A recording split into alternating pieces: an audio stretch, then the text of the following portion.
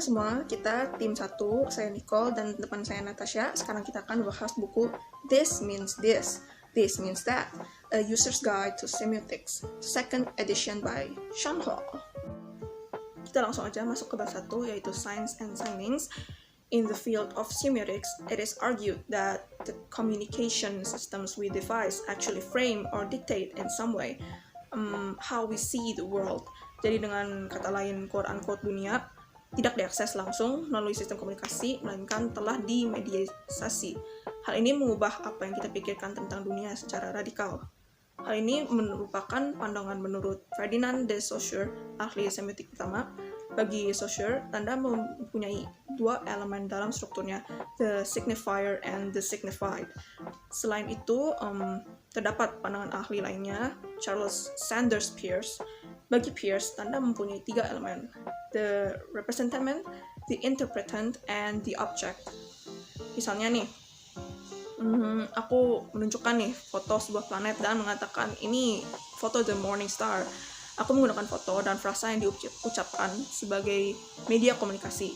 I make it clear I am talking about a certain planet that appears in the east before sunrise and that the planet itself is Venus.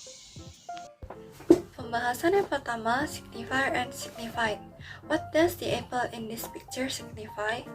Jadi ini adalah lukisan oleh Lucas Carnage yang menggambarkan Adam dan Hawa di Taman Eden. Buat kalian yang nggak tahu, ini adalah penggambaran manusia yang jatuh ke dalam dosa. Alasannya karena Adam dan Hawa memakan buah terlarang dari pohon pengetahuan yang digambarkan sebagai apel kalau pada lukisan ini. Tapi dalam Alkitab sendiri nggak pernah ditulis kalau buah yang dimaksud adalah buah apel. Jadi bisa aja buah lain. Tapi kenapa digunakan apel? Apel pada lukisan ini adalah signifiernya. Jadi apel merepresentasikan temptation atau godaan sebagai signified. Jadi pada pikiran kita udah ada nih hubungan dari appearance of apple sama the idea of temptation. Kedua koneksi ini yang membuat gambar lukisan ini sukses untuk dikomunikasikan kepada khalayak umum. Yang kedua ada sign. Can you make sense of these dots? Yeah. These symbols are written in Braille. In order to decode them, you have to know that each set of dots represents a letter, which in turn makes up a word. In this case, the word is blind. The word blind is the carrier of the meaning. This is the signifier. The meaning of the word, on the other hand, is that which it signifies. Example, that someone lacks sight.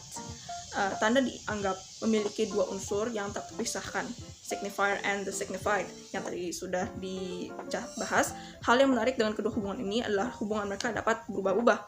Jadi ada banyak tanda dari bahasa yang kita gunakan bersifat arbitrer atau tidak langsung terlihat jelas. Misalnya, untuk berbicara tentang hewan anjing, kata anjing tidaklah lebih baik untuk mempresentasikan makhluk berkaki 4. Kita bisa saja menggunakan suara anjing yang dibuat seperti sock, walk, or tog. Yang ketiga, icon. What are these objects? Jadi ini merupakan peta Inuit yang terbuat dari kayu. Suku Inuit membuat suatu peta yang tidak hanya bersifat visual, tapi juga teknikal atau dapat diraba. Peta ini memiliki beberapa keunggulan, diantaranya dapat digunakan dalam kegelapan, tahan cuaca, dapat mengapung apabila terjatuh dalam air, dan dapat digunakan pada suhu berapapun. Peta ini juga dapat bertahan lebih lama daripada peta yang hanya dicetak. Pada icon, pasti terdapat beberapa tingkat kemiripan antara penanda dan petanda. Tingkat kemiripannya pun bisa jadi tinggi ataupun rendah.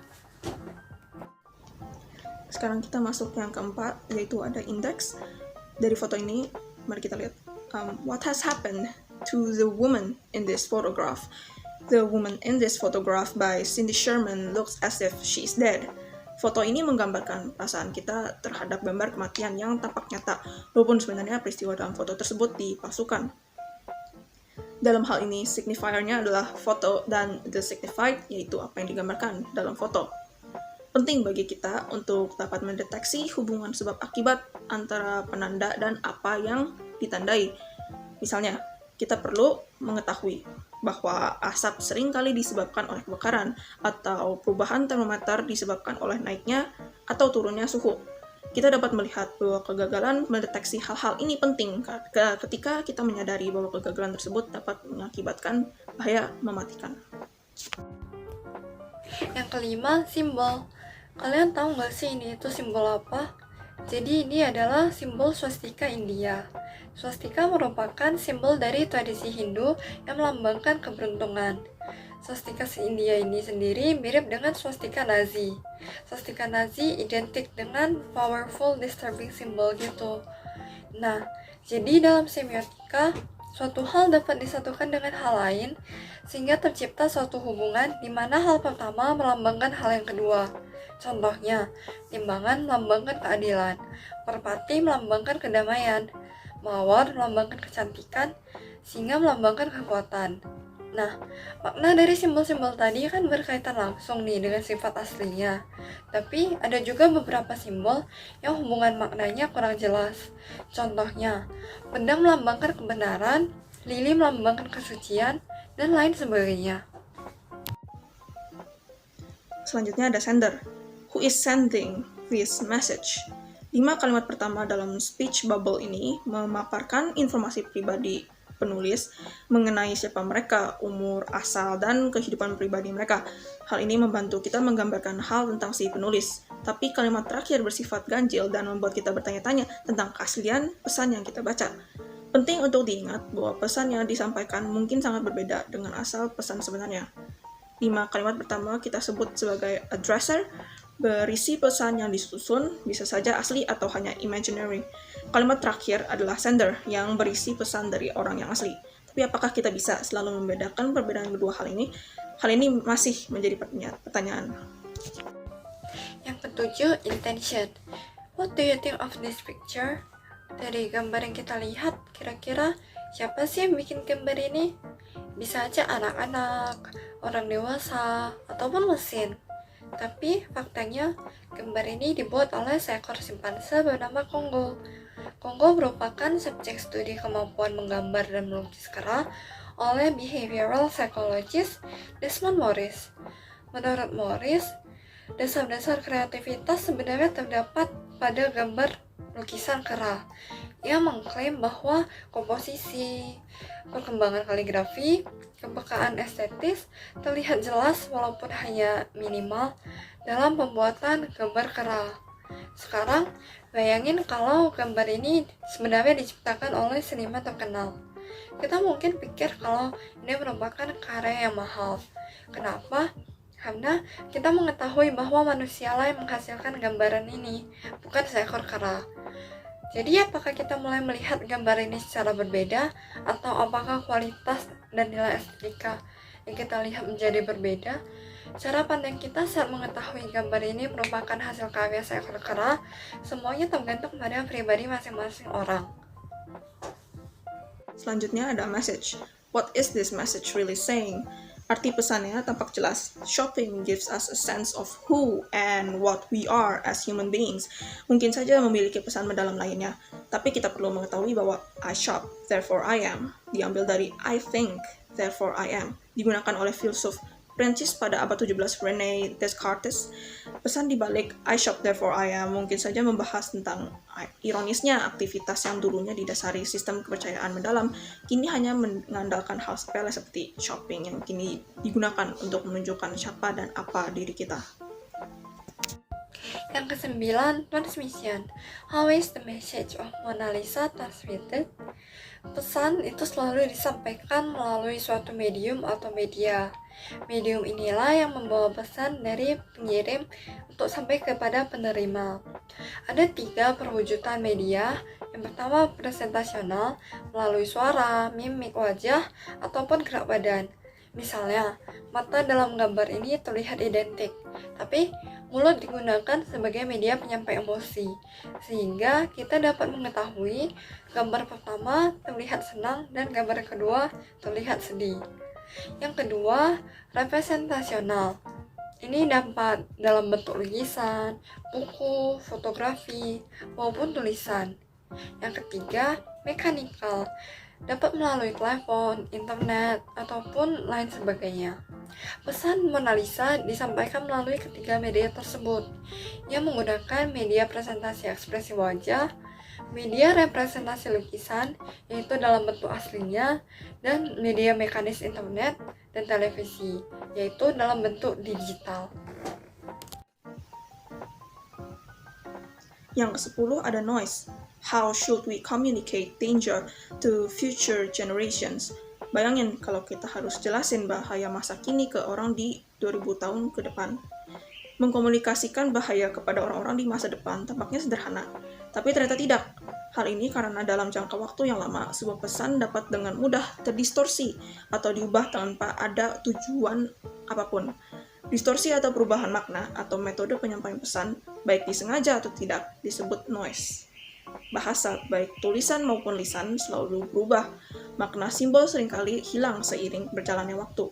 Faktanya, sebagian besar pesan terikat begitu erat pada periode dan tempat tertentu, sehingga bahkan dalam waktu singkat pesan tersebut tidak dapat dipahami. Oleh karena itu, memastikan bahwa pesan yang dibuat sekarang dapat diterjemahkan oleh generasi mendatang sangatlah problematik. Yang ke-11, receiver. How well do you understand him? Jadi representasi dari kalimat ini bisa saja bermacam-macam. I didn't eat grandmother's chocolate cake. Bisa saja berarti anggota keluarga lainlah yang memakan kue coklat nenek. Atau kakek makan kue tapi bukan kue coklat. Nah, jadi cara kita memahami pesan ini tergantung pada cara kita menafsirkan siapa yang menurut kita menerima pesan ini. Nah, di pesan itu dituliskan bahwa pesan itu dikirimkan kepada seorang cucu perempuan yang dimana itu merupakan sebuah hayalan. Karena orang yang menerima pesan tersebut sebenarnya adalah pembaca buku tersebut, yaitu kita. Nah, itulah sebabnya dalam semiotika, penerima pesan dibagi menjadi dua, yaitu orang yang sebenarnya menerima pesan dan orang yang dianggap menjadi sasaran penerima pesan. Lalu ada destination. Ada dua foto, yaitu dengan John F. Kennedy. How do you feel about this picture? Foto ini diambil pada hari Minggu 24 November 1963, menunjukkan pembunuhan Lee Harvey Oswald oleh Jack Ruby. Lee Harvey Oswald dikatakan telah membunuh Presiden John F. Kennedy pada sore hari tanggal 22 November 1963. Namun masih banyak teori konspirasi seputar pembunuhan tersebut.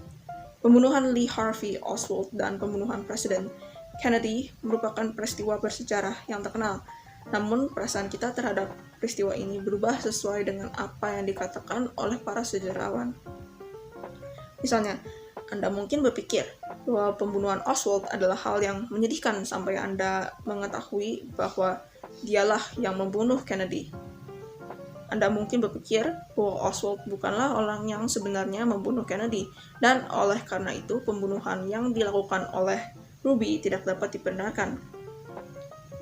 Ketika pesan dalam foto ini berhasil diterjemahkan dan ditafsirkan, kita dapat mengatakan bahwa pesan tersebut telah mencapai tujuannya.